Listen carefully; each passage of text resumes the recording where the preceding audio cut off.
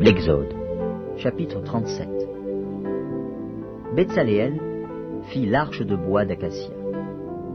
Sa longueur était de 2 coudées et demie, sa largeur d'1 coudée et demie, et sa hauteur d'1 coudée et demie. Il la couvrit d'or pur, en dedans et en dehors, et il y fit une bordure d'or tout autour. Il fondit pour elle 4 anneaux d'or, qu'il mit à ses 4 coins, 2 anneaux d'un côté et 2 anneaux de l'autre côté. Il fit des barres de bois d'acacia et les couvrit d'or. Il passa les barres dans les anneaux sur les côtés de l'arche pour porter l'arche. Il fit un propitiatoire d'or pur. Sa longueur était de 2 coudées et demie et sa largeur d'1 coudée et demie. Il fit 2 chérubins d'or.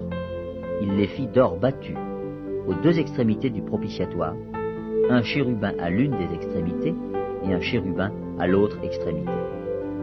Il fit les chérubins sortant du propitiatoire à ses 2 extrémités. Les chérubins étendaient les ailes par-dessus, couvrant de leurs ailes le propitiatoire et se regardant l'un l'autre. Les chérubins avaient la face tournée vers le propitiatoire. Il fit la table de bois d'acacia. Sa longueur était de 2 coudées, sa largeur d'1 coudée et sa hauteur d'1 coudée et demie. Il la couvrit d'or pur et il y fit une bordure d'or tout autour. Il y fit alentour un rebord de 4 doigts sur lequel il mit une bordure d'or tout autour. Il fondit pour la table 4 anneaux d'or et mit les anneaux aux 4 coins qui étaient à ses 4 pieds. Les anneaux étaient près du rebord et recevaient les barres pour porter la table. Il fit les barres de bois d'acacia et les couvrit d'or, et elles servaient à porter la table. Il fit les ustensiles qu'on devait mettre sur la table, ses plats, ses coupes, ses calices et ses tasses pour servir aux libations. Il les fit d'or pur. Il fit le chandelier d'or pur. Il fit le chandelier d'or battu. Son pied, sa tige, ses calices, ses pommes et ses fleurs étaient d'une même pièce. 6 branches sortaient de ses côtés, 3 branches du chandelier de l'un des côtés et 3 branches du chandelier de l'autre côté. Il y avait sur une branche 3 calices en forme d'amande, avec pommes et fleurs, et sur une autre branche 3 calices en forme d'amande, avec pommes et fleurs. Il en était de même pour les 6 branches sortant du chandelier. À la tige du chandelier, il y avait 4 calices en forme d'amande, avec leurs pommes et leurs fleurs.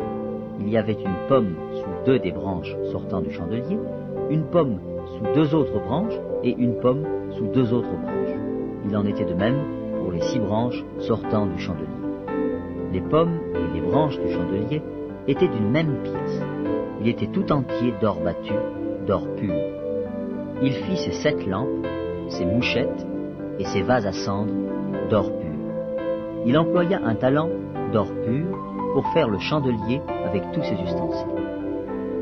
Il fit l'autel des parfums de bois d'acacia. Sa longueur était d'1 coudée et sa largeur d'1 coudée. Il était carré et sa hauteur était de 2 coudées. Des cornes sortaient de l'autel. Il le couvrit d'or pur, le dessus, les côtés tout autour et les cornes, et il y fit une bordure d'or tout autour. Il fit au-dessous de la bordure 2 anneaux d'or aux 2 côtés.